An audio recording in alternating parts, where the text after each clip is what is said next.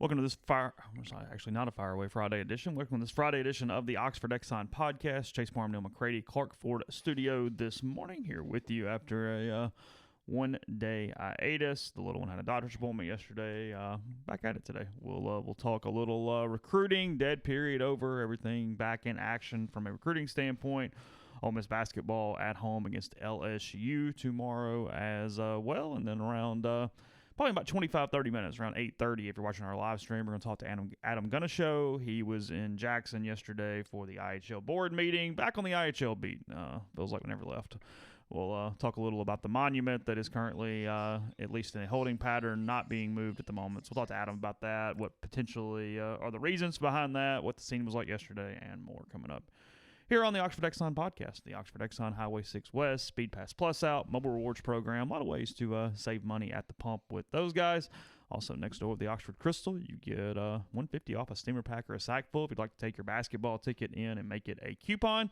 And the Saltillo Crystal up and running. It is full go, so check that out as well if you're in the Saltillo, Tupelo metropolitan area over there. And again, coming to you from the Clark Ford Studio. We are. Clark Ford is in Amory, Mississippi, 662-257-1900. Call that number. Ask for my friend Corey Clark. Tell Corey what Ford product you're looking for. He'll send you a quote within 15 minutes in business hours. It's that simple. It's right to the bottom line. No hassle, no haggle. You get your quote, and the rest is up to you. What I would recommend that you do is you get your quote and go ahead and get into your Clark Ford. You'll love the product. You'll absolutely love the service after the sale. Corey wants to be your truck guy. He wants to be your car guy. He will prove that to you once you make the call. 662-257-1900. Adam Ganucheau will join us on the Rafters Food and Music Hotline. Rafters will be a really good place for you to kick off your tip-off. I guess it's basketball season. It's kind of football season too. Overlap. Your weekend there on the square in Oxford. What you could do is head over there tonight. There'll be drink specials, that kind of thing. Food's fantastic. Be a great place to get started on Saturday as you get ready for Ole Miss LSU basketball. You could watch college basketball there on all the screens at Rafters. And then on Sunday, before you head out of town or before you, I guess, enjoy the rest of your 3-day weekend, enjoy the Rafters Bluegrass Sunday Brunch. It's playoff Sunday, AFC title, NFC title games. $3 mimosas, $5 famous Bloody Marys. The brunch starts at 10:45.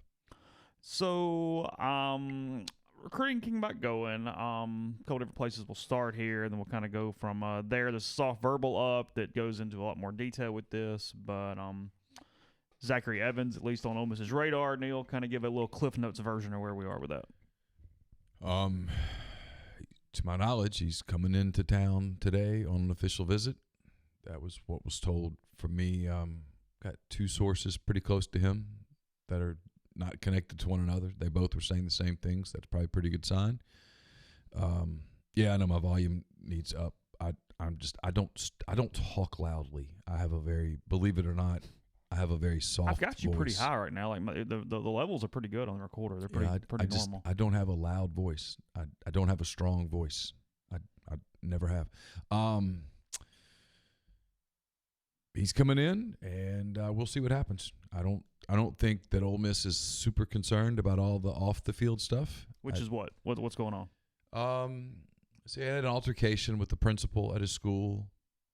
He had an incident on the sidelines at one of their playoff games with his cell phone. He had his phone during the game. They told him to put it up. He didn't. They told him to leave. He was suspended from the state title game.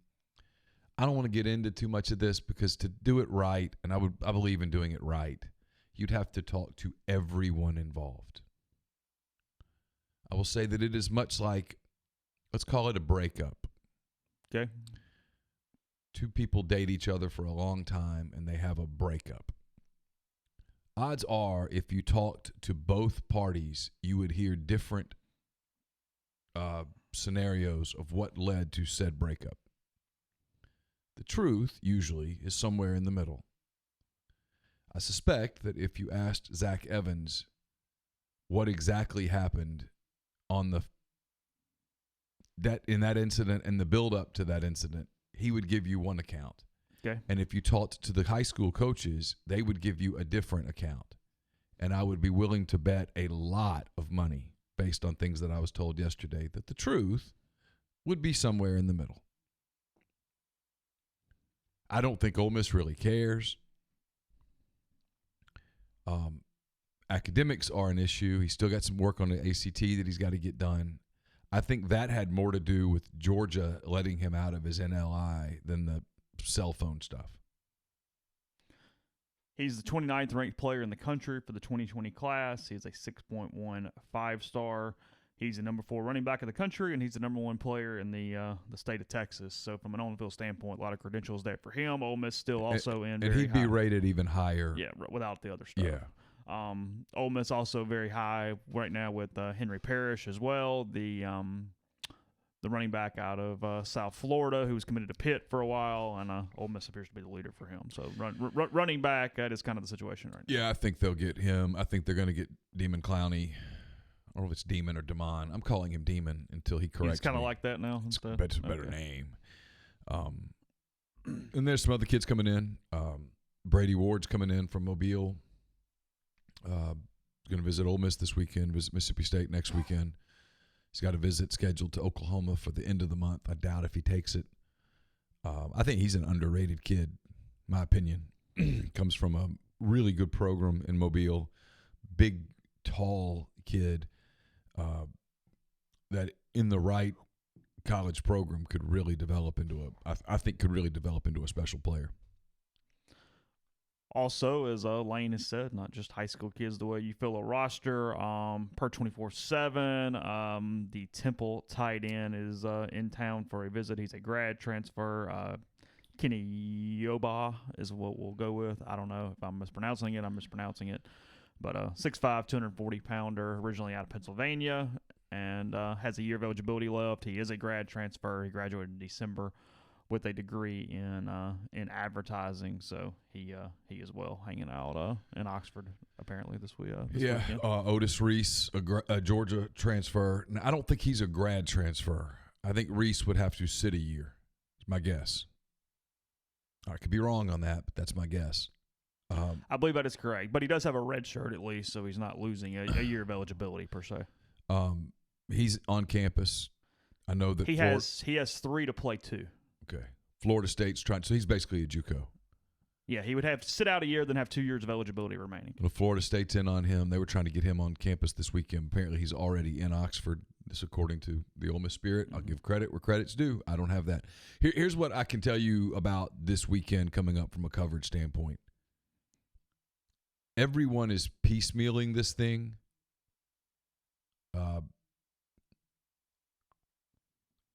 And I don't know that anybody's going to have everything. The way that we've all covered, and I say we all, the different media outlets that cover Ole Miss have covered this in the past, we're having to do it differently because this coaching staff's not going to talk to media. So you're going to have to, we're having to really work. It's kind of fun, frankly, before people think I'm complaining. I kind of enjoy it. It's fun. I like kind of digging a little. It's more fun than having to play the propaganda game. How many kids-ish? Do we have any idea at all? Yeah. I mean, I have, I guess, 8 or 9 or so, and there might be 1 or 2 that we don't know of that we'll figure out over the course of the weekend. I don't know. It might not be. Who else is in on Evans at this point, do we believe? A&M, Florida, possibly still Georgia. I mean, look, the whole Kirby just decided he was too big of a risk. Stop. Yeah, not the concern there was academics. And if you're Georgia, you can kind of right now go get who you want. You don't want to lose one to academics. If he signs an NLI, he's one of your 25. And if he doesn't qualify, you're down to 24. So you need a decent idea what's up. Yeah. So that's all that is. But, I mean, look, Ole Miss has a real shot. I talked to someone pretty close to him last night who was pretty familiar with it, and they've got a real shot. He's been here before. Came in the spring. So this will be a real 48 hours of, get to know some new coaches and stuff. I'm sure that they'll make him a priority, and we'll see what happens. Ole Miss expected to sign, 12 to 15 in February, something like that? Something like that, including grad transfers. Right, total players. Yeah, my guess would be 14-ish, give or take 1 or 2.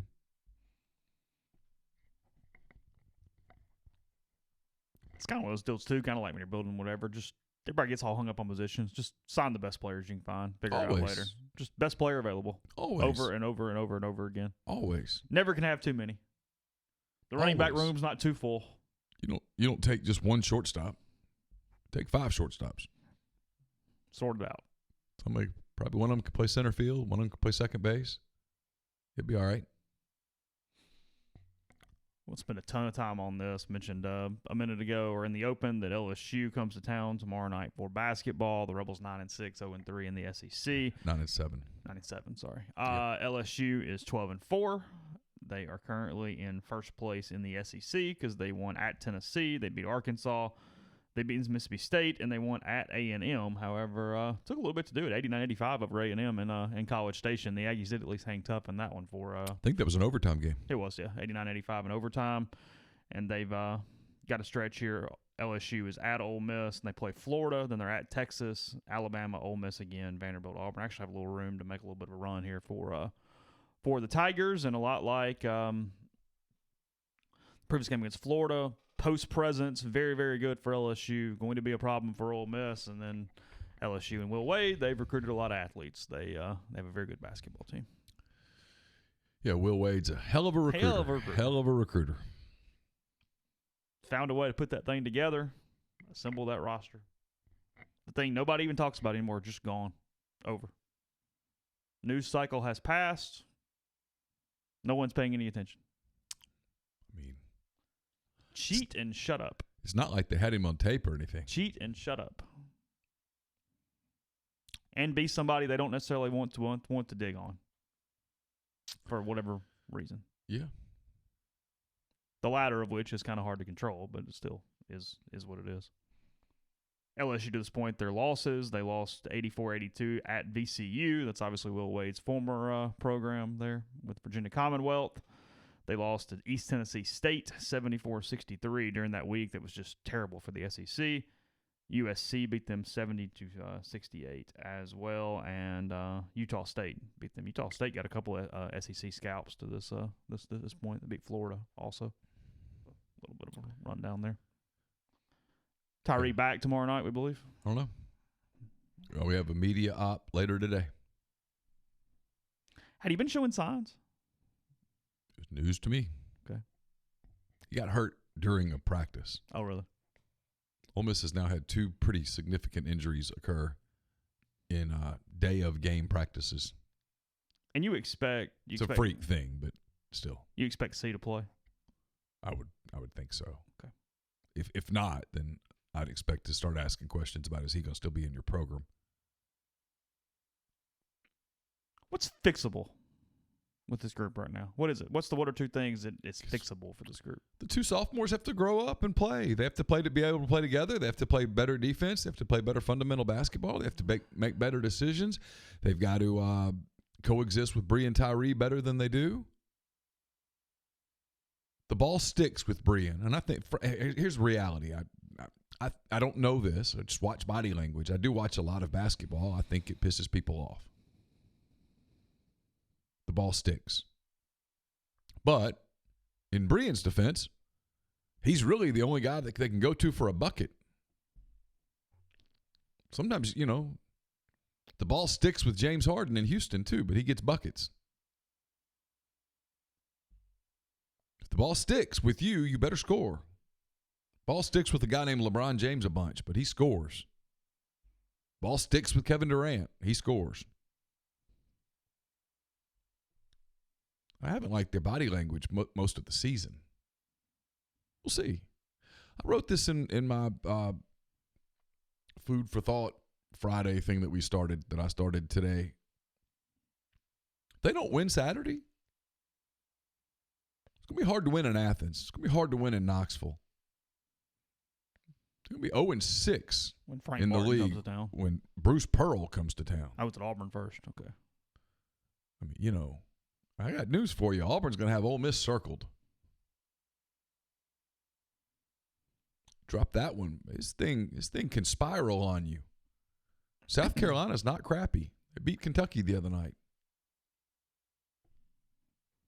This is there's no freebie in this deal.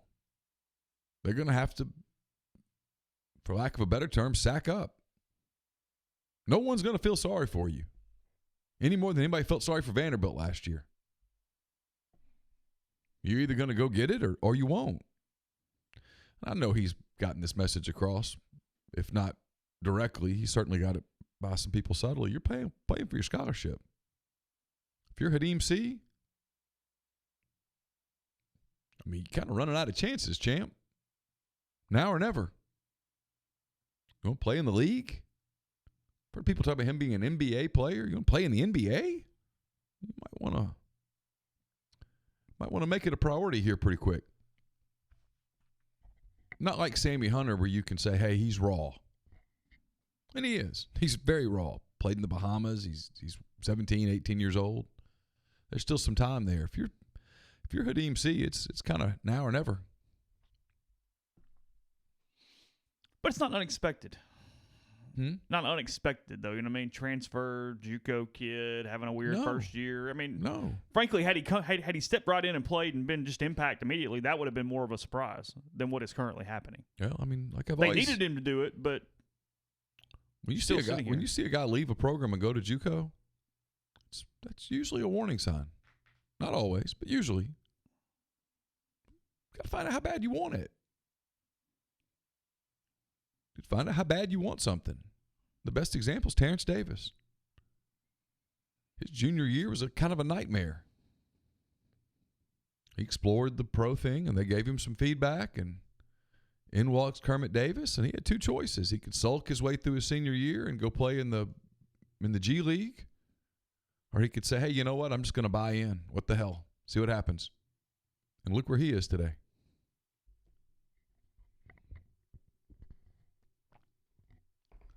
you hit it. Body language, responding to whatever Kermit's trying to do, and he's trying to do plenty.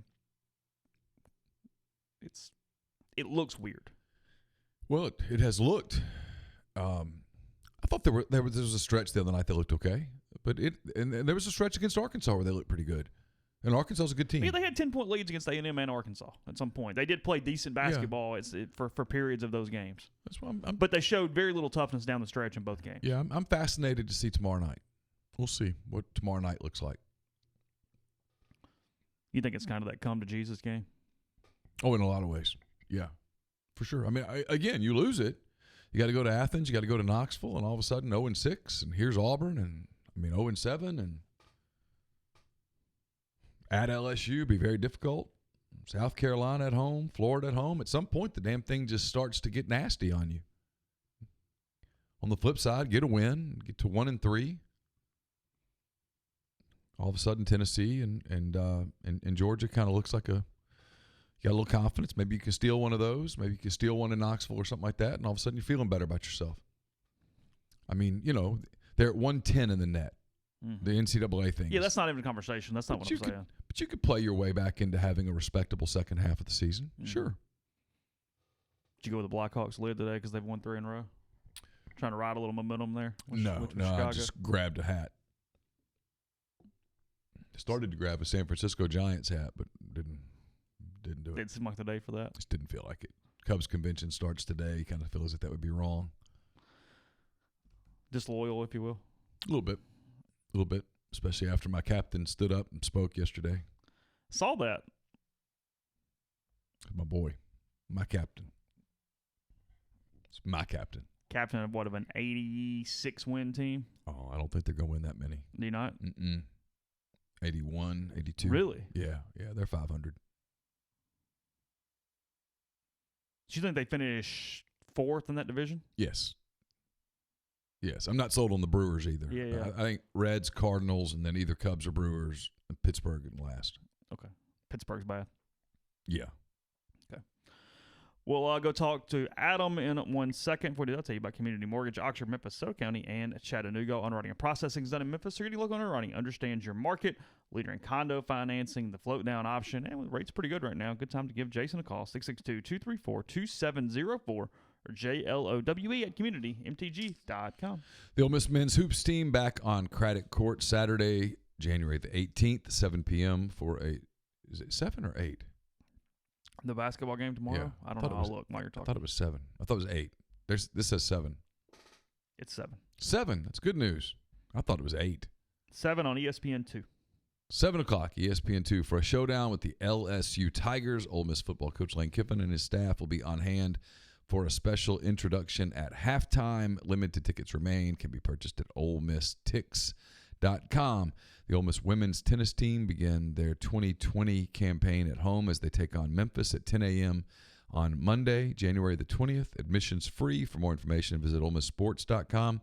The Lane Kiffin era has arrived. Be sure to renew your football season tickets by March 31st to secure your seats in the vault this season. Tickets start at just $199. Can be purchased by visiting OleMissTix.com. Get a jump on the spring sports season by registering for the 2020 Oxford Park Commission Youth Baseball and Youth Soccer programs. Leagues are open for ages 5 to 15. The cost to play is $50. The games will be played on the turf at M Trade Park. Registration will conclude on February the 7th. Season opener in baseball is April the 6th.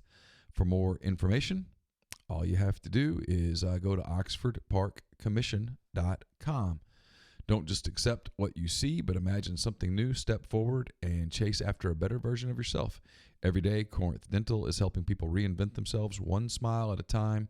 Dr. Bubba McQueen and Dr. Jenny Beth Hendrick are devoted to restoring and enhancing the natural beauty of your smile using conservative, state-of-the-art procedures, including Invisalign. These clear aligners are the virtually invisible way to improve your smile. Call Corinth Dental today for a no-cost digital scan of your teeth. Let them show you the way to a straighter, healthier smile. 12 months, no interest, no down payment financing available at corinthdental.com. We're also brought to you by Splinter Creek. It's a gated conservation community located 8 miles southwest of Oxford, 75 minutes from the Memphis airport. SplinterCreekMS.com. 601-898-2772. Call that number. Schedule a tour with Tom Smith Land and Home Agents today. If you're coming up this weekend, hanging out for the 3-day weekend, watching some basketball, whatever the case may be, you're thinking about moving to Oxford, thinking about retiring to Oxford, you owe it to yourself to check out Splinter Creek. It's absolutely stunning. 34 lakefront lots ranging in size from 2 to 25 acres, 650 acres of lakes, pine, and hardwood forest, running, cycling, and hiking trails, private roads. The lakes were built for swimming, quiet boating, and fishing. All of the water is professionally managed monthly by American Sportfish, one of the largest producers of live freshwater fish for stocking in the southeast U.S. So check it out, splintercreekms.com at 601-898-2772. So if you're in the live stream, hold on 1 second. We'll be right back. And we're going to go to, and I'm going to show here on the Oxford Exxon Podcast and the Raptors Hotline.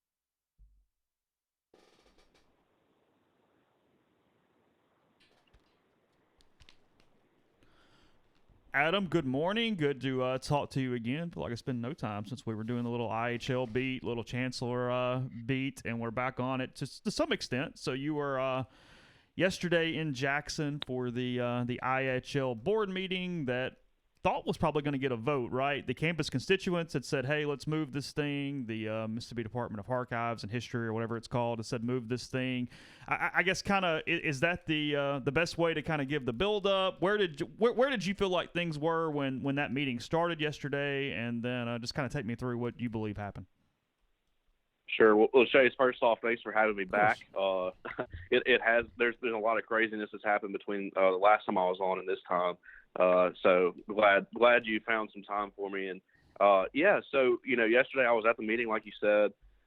Here's my thought process going into it. So the meeting was on Thursday morning. So Wednesday at midnight, I get a text from a solid source of mine who was a solid source all throughout the Chancellor search process and the IHL search process there. And basically the source texts me the anti-move faction of the board. So when I say anti-move, I mean the board members who don't want to relocate the Confederate monument at Ole Miss on campus.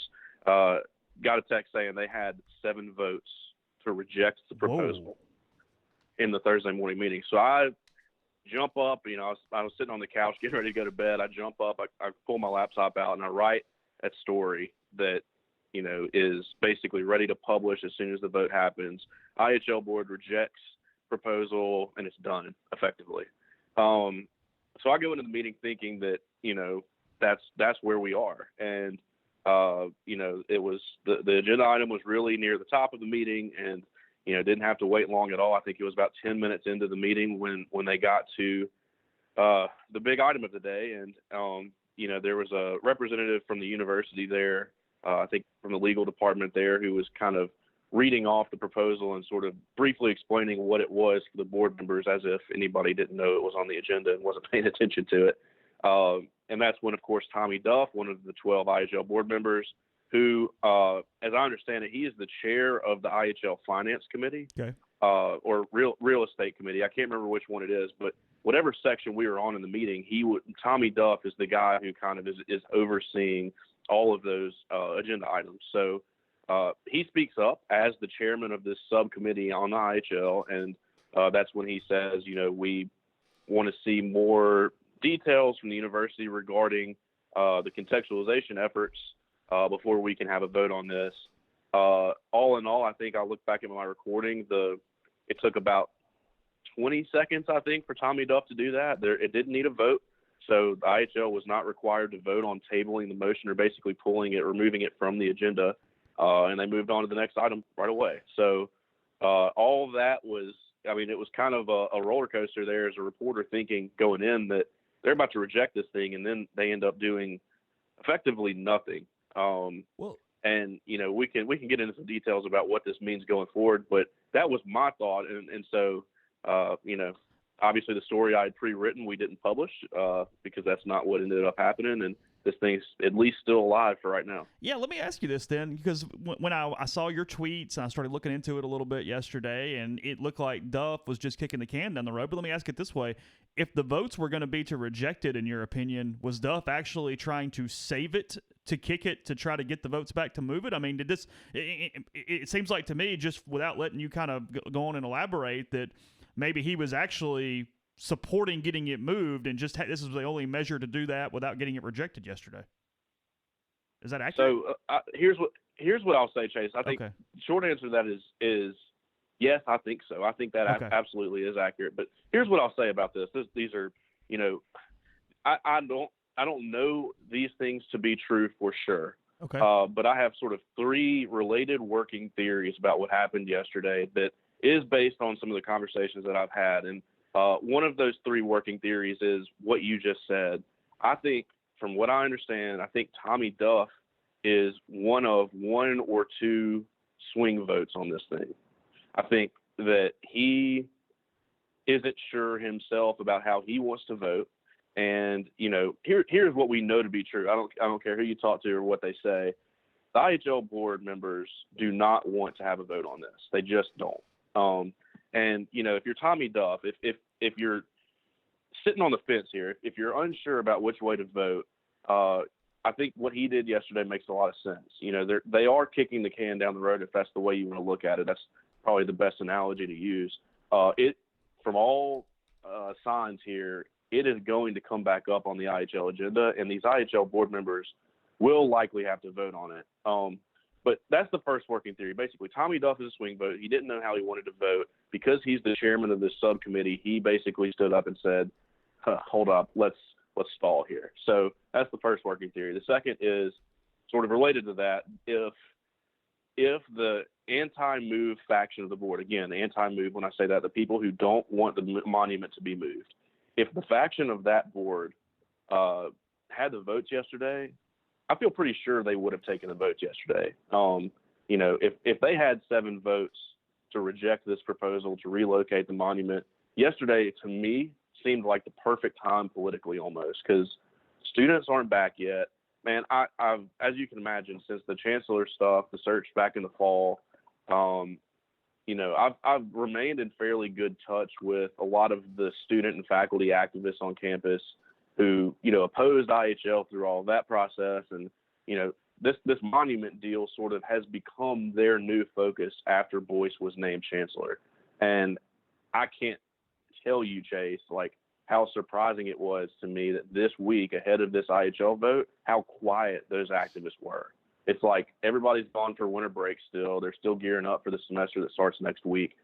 They weren't plugged in. I mean, some of them were, but they weren't plugged in the way that I sort of expected. So, again, politically, I thought this was sort of the perfect window for IHL to, if they had the votes, they should have done it yesterday. And because they did, and this is something I tweeted, I do think that's going to open up the door for these activists to protest. And I'm not just talking about the activists on campus who want to relocate the monument. I'm also talking about these neo-Confederate groups who, as we've seen, will go to great lengths to sort of, express their support for keeping the monument where it is and protecting heritage, yada, yada, all that stuff. And then the third working theory that I have here, and again, I think this is something that I know to be true as well, is that yesterday, by them stalling the vote, again, knowing that none of those board members really wants to have to publicly vote up or down on this issue just because of the politics and, the backlash, the potential backlash that they could receive. I think there is, within that anti-move faction of the board, there's a sentiment, there's this desire for the legislature, which of course just came into session a couple weeks ago, sometime between now and May, when the legislature leaves Jackson for the year, would pass some sort of law that basically prohibits public entities from moving these types of monuments. So the notion that Ole Miss could even propose moving this monument in the first place really irked a lot of those board members. I cover the legislature. I'm in the Capitol every day when they're in session. I hear from lawmakers all the time who say it is ridiculous what Ole Miss is trying to do. They can't do this. We're going to try to address it. So with the legislature sort of being my coverage area of expertise here, I can say with certainty that several bills will be filed this year that will try to basically keep the university and any other public entity from moving Confederate monuments or any similar type of war memorial monuments. That's probably how they'll frame it. And I think the IHL or certain members of the IHL board are hoping that the legislature comes through for them this year. Okay, so 2 thoughts on that. So those are the 3 working theories there. Two thoughts. One, so completely comfortable with the backlash for Boyce being hired. And this isn't about Boyce good or bad or whatever. Just in general, completely comfortable with that. Take all the shots you want. But not comfortable with moving a monument to the Confederate cemetery. A, logically, that makes tons of sense. 2, and I was being very sarcastic, obviously. 2, no, you're it's not. Not really. You're never sarcastic. It's not really political, though. It's just what they believe because they're not up for re-election. I mean, it's not like they're pandering for votes. This is a certain appointment for a certain number of years. This is simply their opinions.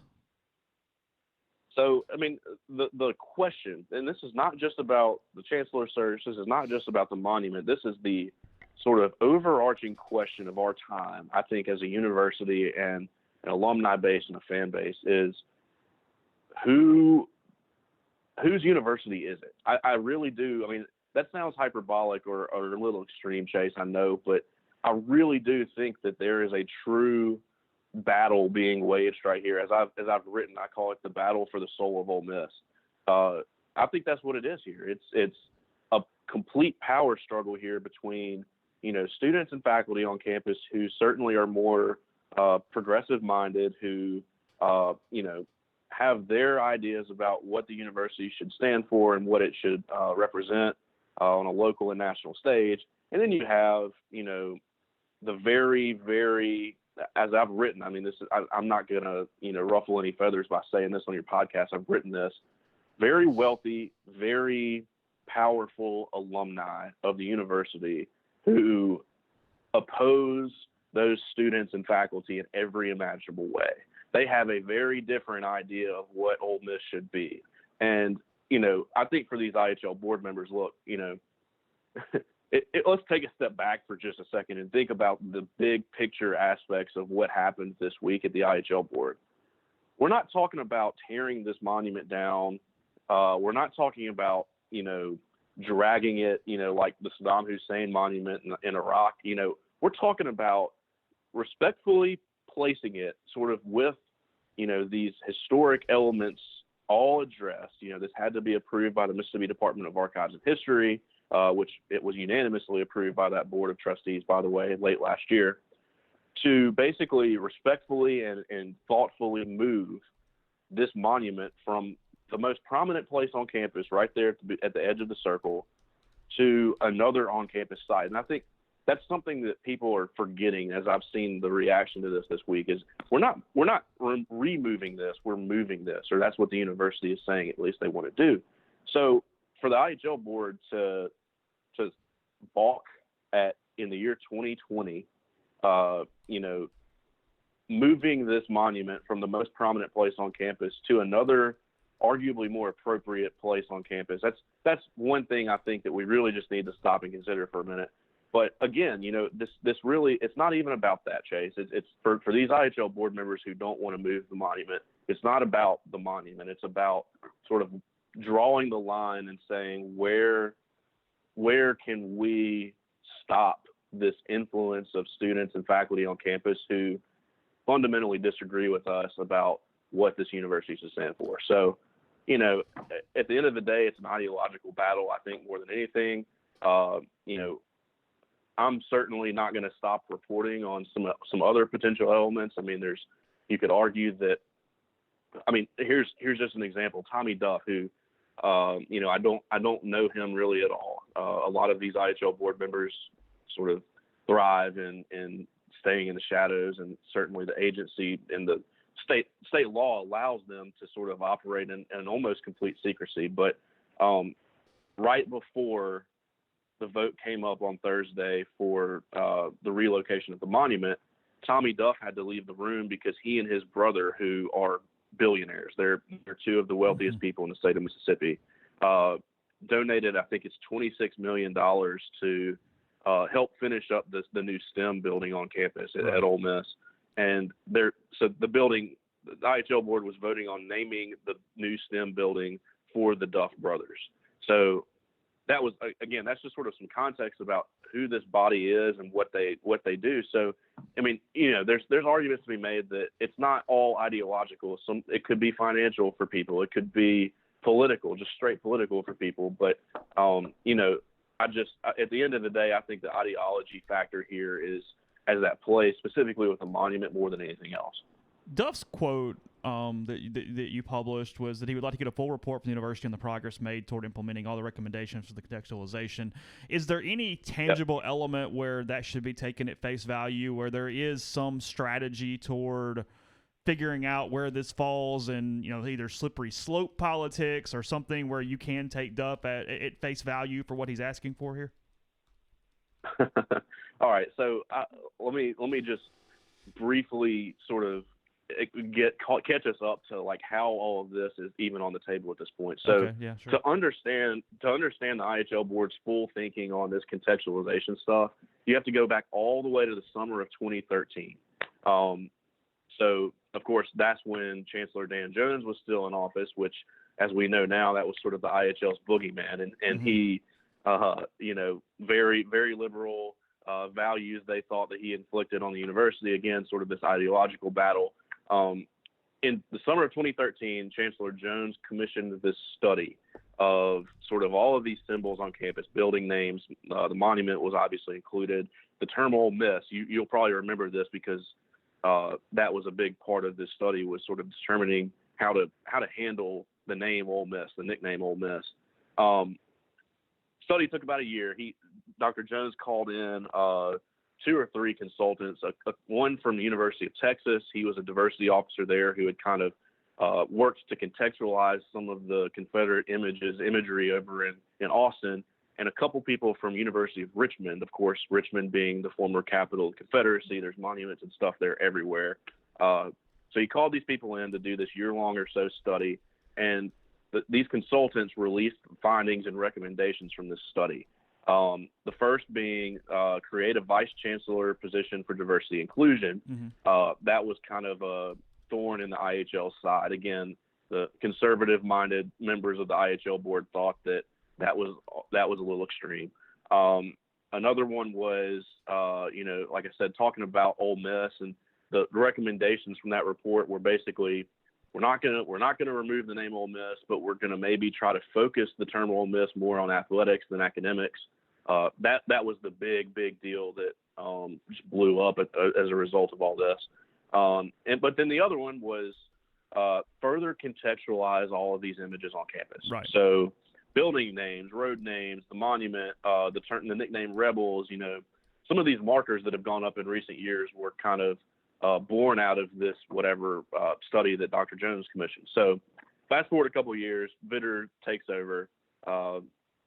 I'll also mention, by the way, really quickly, it was right around the time that Dr. Jones's recommendations, or his study's recommendations, came out, is when the IHL board started putting pressure on him, and within 6 months after they came out, he was gone. So that's just a quick aside. So a couple years later, Vitter, looking back on the results, the findings of this study that Dr. Jones had commissioned, created this group, the Chancellor's Advisory Committee on History and Contextualization. So this committee that Vitter created was tasked with determining how to contextualize certain things on campus that might be seen as negatives for students or potential students or whatever. We've seen the erection of these plaques in recent years, and that was the big deal. They put up a plaque at the monument. So last year, 2018, it was, IHL board voted on basically, as they thought, the completion of Vitter's committee's findings and recommendations. So they thought that we were done contextualizing, everything was going to be put in place, and that would be that. So fast forward to yesterday. So with all of that background and whatever context in mind, Tommy Duff asked for a specific sort of recap or summary of where we are on the contextualization stuff, because I think there's a sentiment among some IHL board members like, hey, we thought we were done with this. We signed off on allowing the plaque at the Confederate monument, and now you're saying you want to move that monument, 2 years later. So, I think, whether that's right or not, whether you want to agree with their decision to ask for these specifics or not, that's what they're thinking. Okay. They're thinking back to this years-long process of having to deal with some things that they may have found uncomfortable. And so, I'm not saying that I necessarily agree with that or disagree with that. I'm just saying I think that's what they're thinking here in asking for a more comprehensive sort of update on where all that is.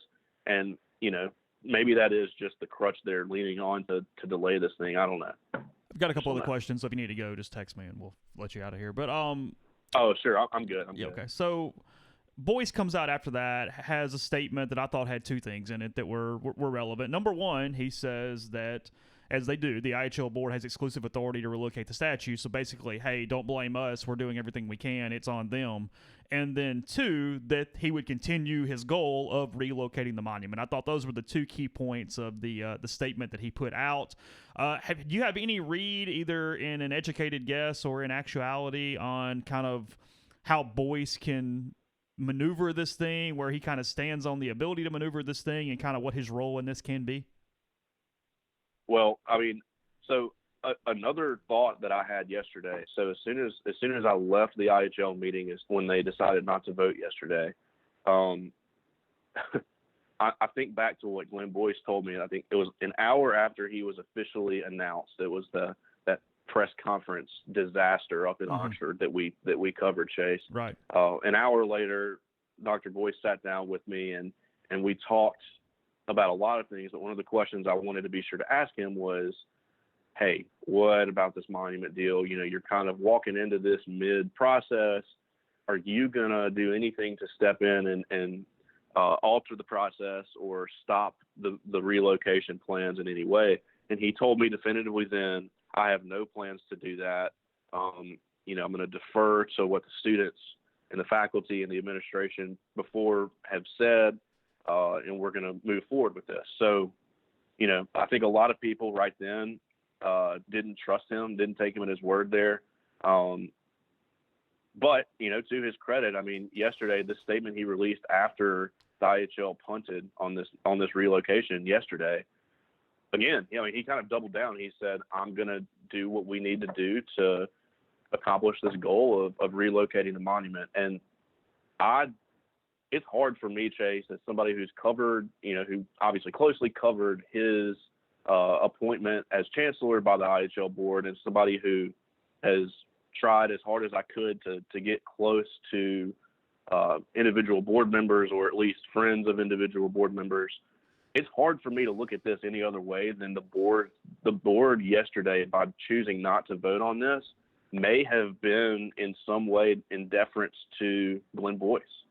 I mean, look, like I have been very critical of the IHL's search process and how they hired Glenn Boyce.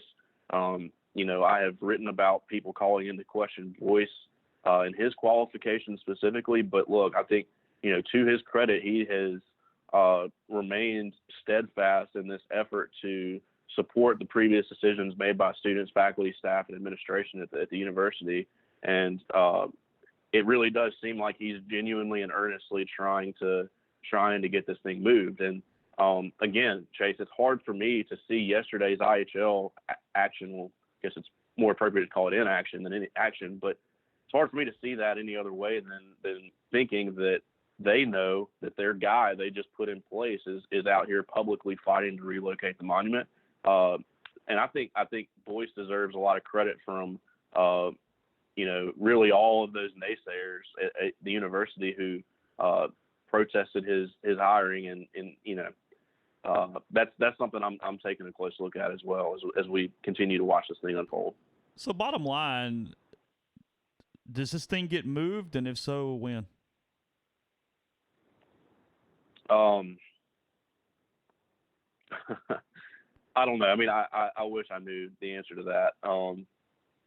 Again, you know, for me as a Mississippian, just taking a step back, looking at this in the year 2020, the notion that an appointed government body doesn't just want to sign off on this from the get-go is interesting and sort of I think a real indication of where this state is and where maybe it's always been. But look, you know, moving forward, I think Boyce, if we, you know, can trust that he is telling the truth and that he's earnestly pursuing this, and I do believe he is, he and the university are going to work to satisfy the IHL's request here. They're going to give them this update on the contextualization process. They're going to, you know, work through legal and get it placed back on the IHL agenda at some point.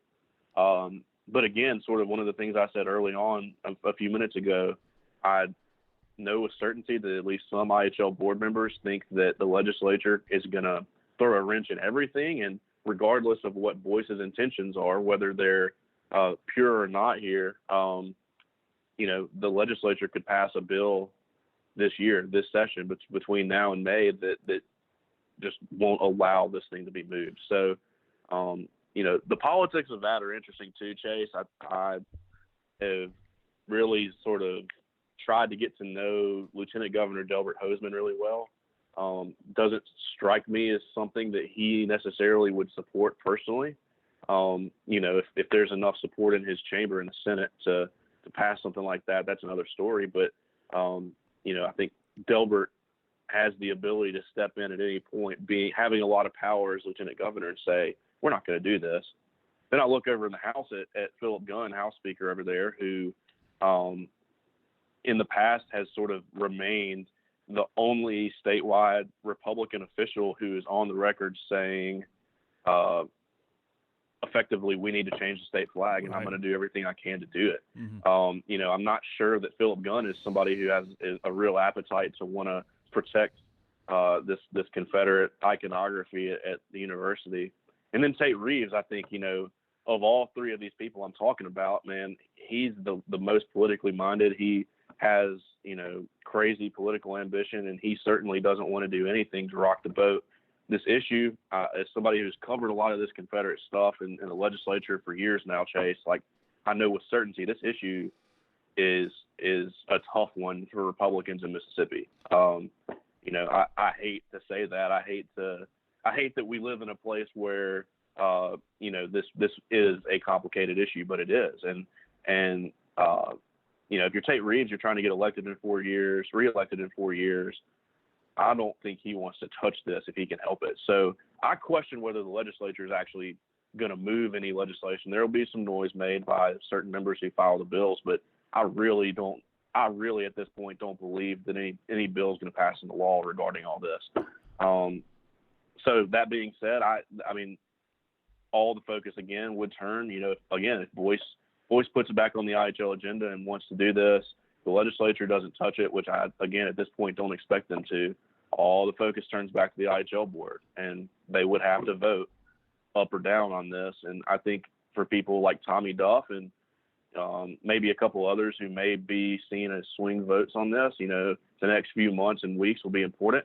I think that makes, for someone like Tommy Duff, it makes whatever Boyce and the university sends in terms of this update on the contextualization process. I think that is a key part of all this. They're going to want to make sure the language of all that is perfect, and they're trying to win votes effectively. It's a very political moment. So I don't know how to answer your question, Chase. Okay. I wish I could look into the crystal ball and know, but I do think that the IHL ultimately is going to have to vote on this. So last thing, just quick opinion here. Boyce been in office 90 days, whatever it is now. What's been your overall take of his early tenure? I mean, he hasn't been as visible certainly as other chancellors in their first 90 days.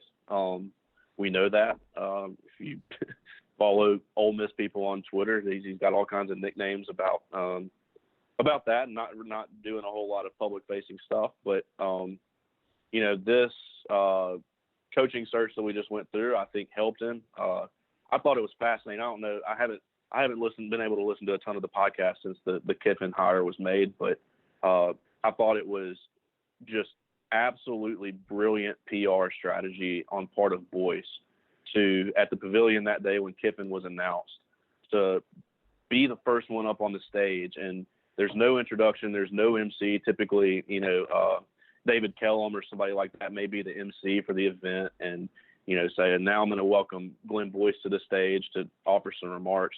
Had they done that, I'm pretty sure Glenn Boyce would have been booed. But Glenn Boyce himself, to their credit, he was the first one at the podium. There was no MC really.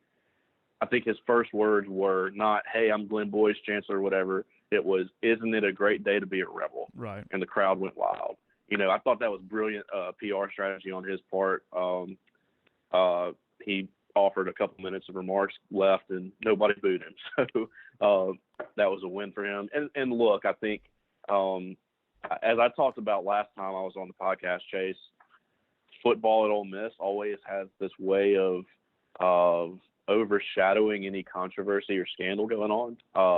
this is just another long example in the long history of that being the case. So, first 90 days, I think, for everything sort of the backlash to have died down the way it has, I think is a big win for Chancellor Boyce. And we'll see what the next 90 days bring. But, this monument deal, I think, is his next big test. It's the reason I asked him that question when I interviewed him the day he was announced. It's the reason that I'm going to keep covering it closely and watching his decision making on all this. So we'll see how it plays out. All right, appreciate it as always. Let's do it again. Sure thing, Chase. Thanks for having me on.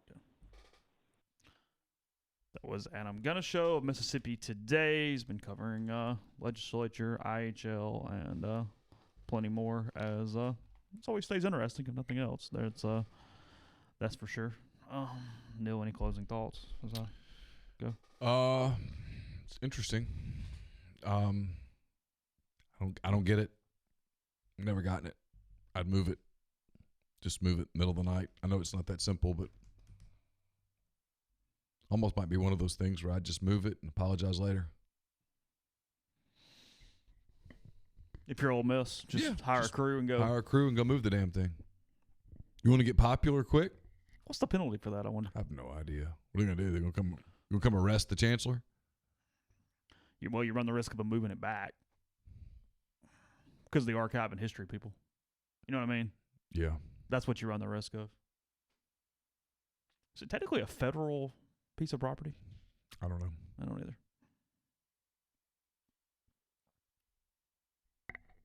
Wow. Toast didn't like that. Saw that. Did you see that? Not a fan, huh? That's why I just keep my mouth shut on these things. I have a little stance. I cover Ole Miss. I cover athletics. I feel like I'm informed enough to give opinions on athletics. I try to really stay out of the other stuff and leave it to Ole Miss people to talk about Ole Miss things.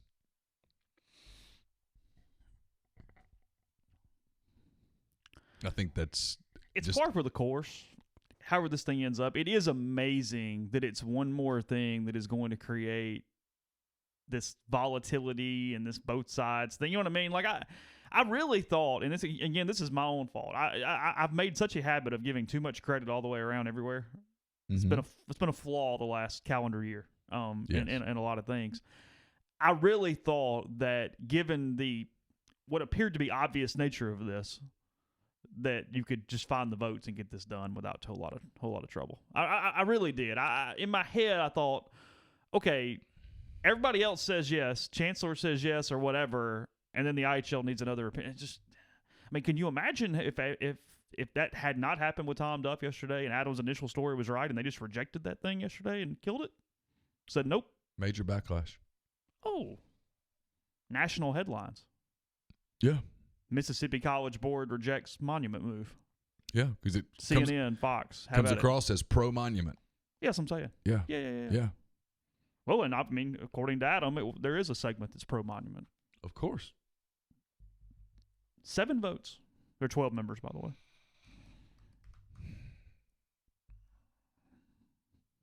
Like I said, I don't get it, but I've never gotten it.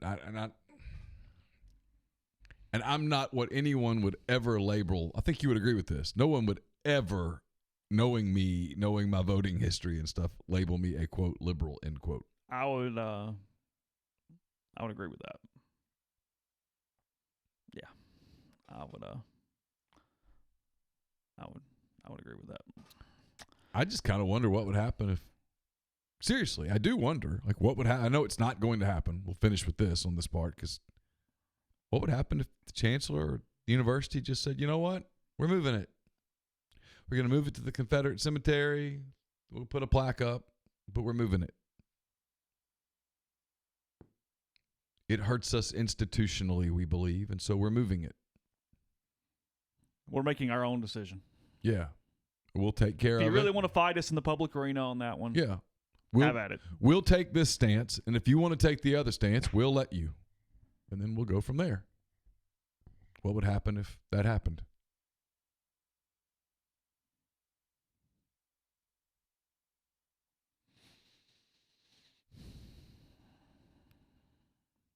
There have been places around the country that they've just moved them. Just done it. College recruiting is really competitive right now. We talked about the scholarship thing with baseball. It's really competitive right now. Why you would have anything on your campus that could ultimately just push something in a different direction is beyond me. And in fairness to the university, I don't think the university leaders want it there. Mm-hmm. But anyway. We'll take a break, but we'll add a segment, by the way. Yeah. We'll take a break and tell you about G&M Pharmacy and Tyson Drugs. G&M right there on South Lamar in Oxford, 662-236-2222. They deliver local to your home or workplace.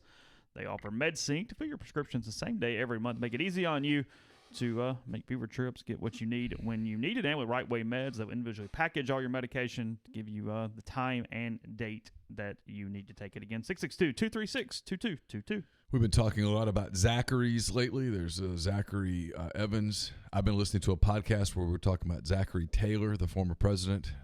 Zachary Berry and myself taped a podcast yesterday. Dead Soxy is the sponsor of that podcast. They want you to know they've created socks that make an impact. They've teamed up with Vogel Alcove to help young children in the Dallas area overcome the lasting and traumatic effects of homelessness. These incredible socks were created by the very kids this program is serving, with 3 one-of-a-kind designs. Each sock tells its own story. So visit deadsoxy.com, click on the yellow banner at the top of the page to visit the collab page. 50% of all proceeds have been pledged to help break the cycle of child homelessness. Extend the season of perpetual giving. Support this incredible collaboration. The promo code will not apply to the Vogel Alcove collaboration in order to maximize the donation. But remember to enjoy the 30% off all other Dead Soxy products with promo code Rebel Grove. So, as always, stay Soxy. Put picks up yesterday for the AFC title game, NFC title game. Those picks are sponsored by Southern Craft Stove and Tap. They've got your pregame and pre-concert needs covered, whether you're headed to Oxford for the Rebels SEC basketball slate or to Tupelo for one of the many events like Miranda Lambert, who was in town yesterday. They'll have other concerts there in Tupelo. Make sure you get your event started off right with a visit to Southern Craft, conveniently located off Highway 7 and Sisk Avenue in Oxford and at 205 East Troy Street in Tupelo. Southern Craft has all your Southern favorites ready to serve your hunger needs. Or you can just drop in and enjoy a curated cocktail or one of their many craft beers on tap. Don't forget to ask about their banquet room for private dining or to have all of your favorites catered for any occasion from office to private event. It's now available in both locations at Southern Craft Stove and Tap. We're also brought to you by Nest and Wild. Sleep better with the Nest and Wild mattress. Nest and Wild is a Mississippi-based mattress company making a high-quality mattress delivered right to your door. They make buying a new mattress easy.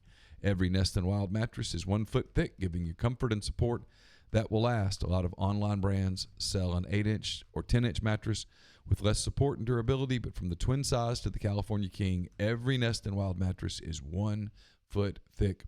They're American-made. Pricing is very competitive, and throw in the podcast discount. It gets even better. It's a no-risk decision. Nest and Wild believes in their product so much that they are offering a 99-night trial on every mattress. So try it out, sleep on it for 99 nights, and if you don't like it, you can return it. Nestandwild.com. Order your mattress. Use the podcast code REBEL20. It's REBEL20 and get 20% off your purchase at nestandwild.com. Your mattress will arrive at your door in 3 to 5 days. Pretty all in on both title games, or I know the AOC's got more of your interest with Tennessee and Kansas City, right? Isn't that where you are? Yeah, I'm more interested in that game. I'm interested in the other game too. The Niners are a complete team. I think there's this doubt about Jimmy Garoppolo, and it's Aaron Rodgers. I mean, it kind of overlooked a little bit. Aaron Rodgers has had a pretty decent NFL career, and he's 1 win away from taking what I believe to be a kind of mediocre Packers team to the Super Bowl. Titans and Chiefs is your first game of the day. That is 2:05 Central for that kick. And then Packers 49ers in San Francisco, 5:40 p.m. for that one on Sunday. I'm anticipating a busy Sunday. Are you? Yeah. All the recruiting stuff? All the recruiting stuff. Most of those guys will get out. Probably have a lot of writing to do. My goal is to get done with the recruiting stuff by the kickoff of the first game and write 10 thoughts while I watch the first game. And probably open a bottle of something for the second game.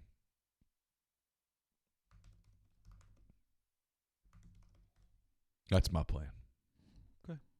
You watching? Are you still checked out? Oh, I don't. NFC one, that's going to be tough. I don't know. The Vikings are gone, so that does help at least a little bit. Told you I'm kind of pulling for the Packers. I don't know why. Just kind of am. You're wanting chaos. You're wanting in football what I want in baseball. I want this baseball story to blow up. I like the Titans. I have no real interest on the Chiefs either way. I mean, Mahomes is fun, but whatever. Yeah, the Packers is a little more palatable for me for whatever reason out of the NFC.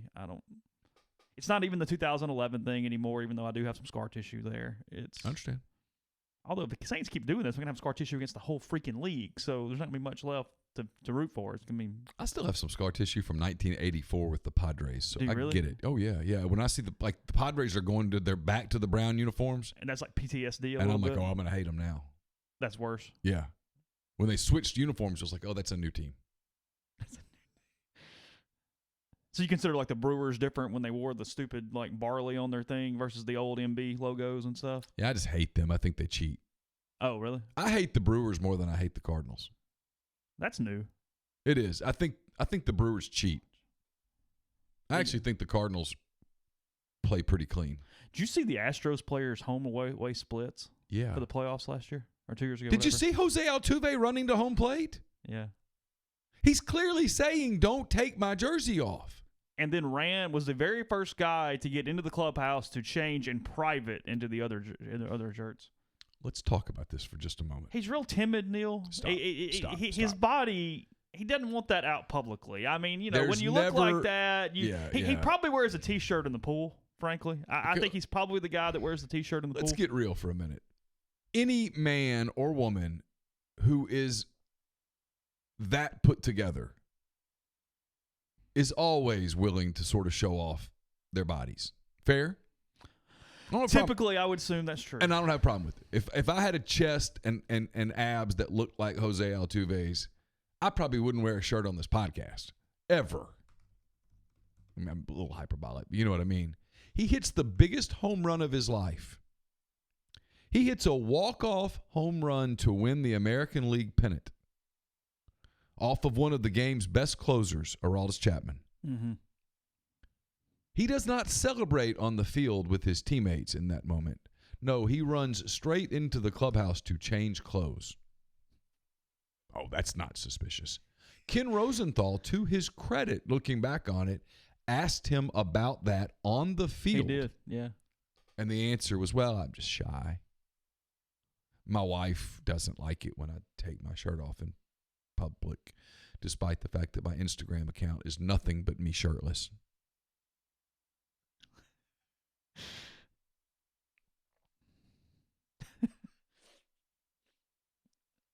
So what's going to happen? Well, I think baseball's at a crossroads, right? It's a key moment for Rob Manfred, the commissioner of baseball. You've already hammered the Astros team franchise. I think you have to dig into this Altuve thing, this Bregman charge. Listen, players are using burner accounts to put stuff out there right now. Yeah. This is a major story. Trevor Bauer yesterday. I'm going to have a difficult time cheering against the Reds. And it's usually very easy for me because I hate Tom Brenneman. And the Reds are in the Cubs division, and I think the Reds are the best team in the Central, so it would be easy to cheer against them. But I got to be honest. I like Trevor Bauer, and he said yesterday when people said, why not go through the traditional channels? His comment was, people did for 2 years. This isn't new. The buzzer thing, not new. The Astros had a reputation, And the league turned a blind eye to it until it couldn't, until Mike Fiers went public and The Athletic wrote a story that could not be avoided.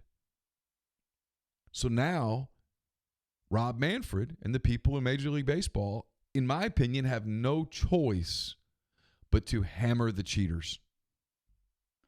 What does that mean? What is the worst punishment that they are likely to do? I mean, I know we can go rule whatever, but what's actually possible here? Oh, my. They suspend them 50 games for, illegal substance abuse, using performance-enhancing drugs. Suspended Pete Rose forever. 3 managers have been fired. A general manager's been fired. The Braves guy that they banned him for life. Yeah.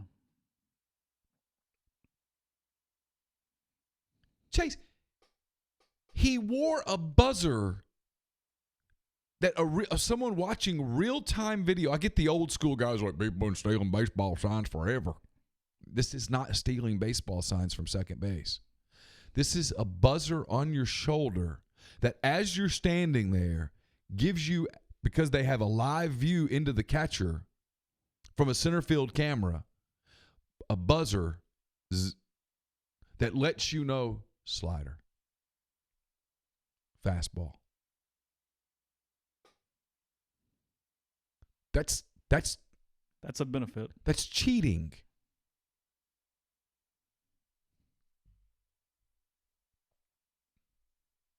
That's cheating. So reason in the NFL, the quarterback's helmet's turned off with 15 seconds left on the play clock.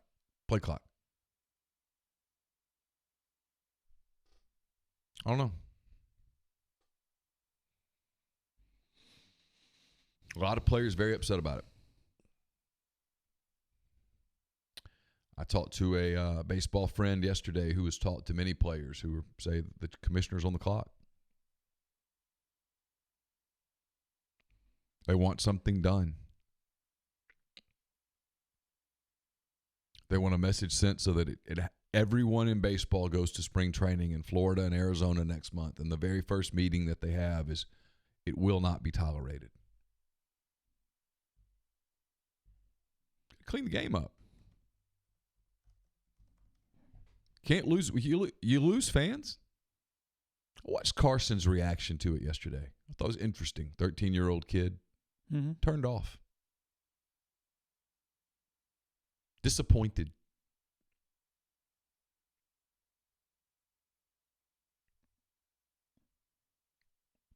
Yeah, Matt Browning points out what Alex Wood, the pitcher, said.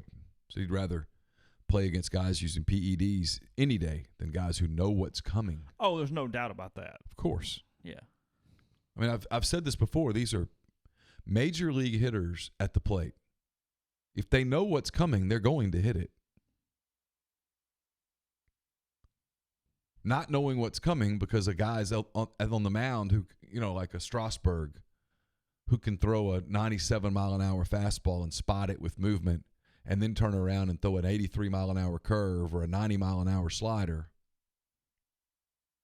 If all he has is his fastball, as good as that fastball is, major league hitters are going to hit it. Mm-hmm. The other news coming out, and this is fairly new. I haven't really formed much of an opinion on it yet. Scott Broch's kid on Reddit, he made this post. He said, "My dad was the third base coach for the Mariners in 17. The Mariners knew they were cheating. Every team did. The MLB did. He knew exactly how they were doing it in 17. The MLB just wasn't going to do anything about it until the public found out. My dad would give fake signs at third. Acting like he knew what the Astros pitcher was going to throw, and Cora and Hinch would scream at him, calling it Bush League. Weird how that works. If you want to read something better, Mike Trout takes HGH for a thyroid condition. It's a loophole we found. The MLB doesn't make it public because they don't want fans knowing their best players on HGH. The people within know. Thought you'd appreciate it since you are a Dodgers fan." Yeah, been the rumor for a while that both Trout and Bryce Harper have used HGH basically since they were kids, because at one point they tested like low for hormones or testosterone or whatnot. Okay. So Sure, something we'll probably discuss on Monday when we talk to you next. Appreciate Adam giving us a good bit of time today. We'll have plenty of coverage at rebelgrove.com. Again, recruiting back in swing, and Ole Miss and LSU tomorrow night from the Pavilion. So you guys have a great weekend. Be safe.